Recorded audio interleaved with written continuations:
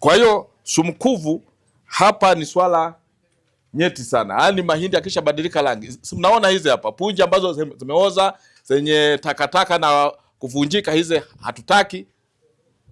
Ambazo zimebunguliwa kama hizi. Mnaona jamani? Hizi hatutaki. Punje zenye rangi mchanganyiko. Si unaona hapa? Hizi hatutaki.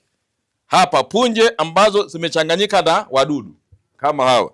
Hawa hapa. Hatutaki. Sawa?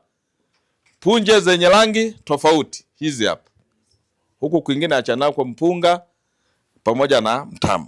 Kwa hiyo baada ya kuzingatia vigezo hivyo, nafaka zenu hapo zinaweza kupokelewa. Upotevu huu unasababishwa na wakulima kutokufuata kanuni za kilimo bora, tunaita GAP, Good Agronomic Practices. Na sasa hivi upotevu huu uko kwenye 30% mpaka 40 wengine. Lakini sasa Wizara ya Kilimo inataka ipunguze mpaka 5%. Upotevu huu ni wakati wa kuvuna. Kwa mfano pale nafaka zikikauka sana, utakuta zinapukutika shambani, zinapasuka, zinamwagika na nani wakati wa kusafirisha. Lakini nafaka nyingine zinachanganyika na mbegu nyingine, kwa mfano mbegu za magugu. Nazo hizo hatutaki kuona nafaka zako zikiwa zimechanganyika na mbegu za magugu. Sawa jamani? Mngependa kujua bei ya mahindi tutanunua kwa shilingi ngapi? Mahindi mengine bado yako shambani, bado hatujaingia sokoni. Bei elekezi inatolewa mwezi wa 7 na serikali. Sijaja hapa kutoa bei. Bei na tunasubiria wote kwa pamoja, bei itatoka mwezi wa 7. Kwamba bei ya mahindi itakuwa shilingi ngapi mwaka huu. Baada ya kupata hiyo bei, mimi kama meneja wa kanda, bahati nzuri viongozi miongoni mwenu wanatengeneza grupu la WhatsApp, na ndio teknolojia sasa hivi.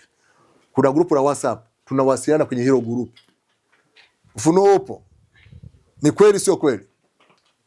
Ni sahihi. Nawapa taarifa kwamba mwaka huu bei ya serikali imetoka ni kiasi kadhaa. Na nyinyi bahati nzuri inatangazwa ni nchi nzima. Haiji kwangu tu. Inatangazwa nchi nzima, bei ya mahindi itakuwa ni shilingi kadhaa ambayo ni bei ya soko. Kwa hiyo ikishatoka hiyo bei tutawatangazieni kwenye grupu. Viongozi wapo watawatangazieni mahali pote. Taarifa hizo mtazipata. Sawa jamani?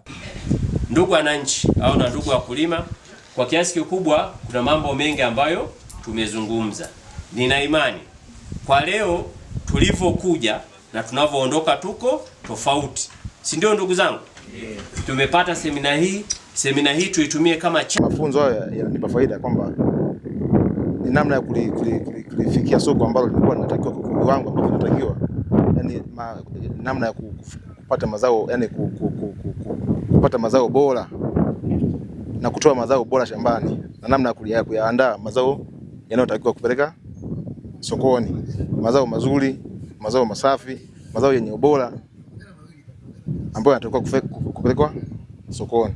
Kitu tulichojifunza ni kuandaa mazao vizuri katika ubora ambao NRFA wameelezea kupitia shirika la viwango TBS, ili tuweze kufanikiwa kuuza na kupata fedha tujikimu na maisha. Lakini kitu kingine ni kwamba kwa mimi binafsi, kwa sababu nina uzoefu wa kutosha, nina kwenye tasnia ya kilimo au kwenye eneo la kuuza mahindi NRFA, nina miaka mingi, nimeshafanya nao kazi ya kutosha, kwa hiyo nauelewa na upana wa kutosha. Kwa namna nyingine, yani ilinifaa tu niweze kutoa tasemi na kuwasaidia wakulima wenzangu.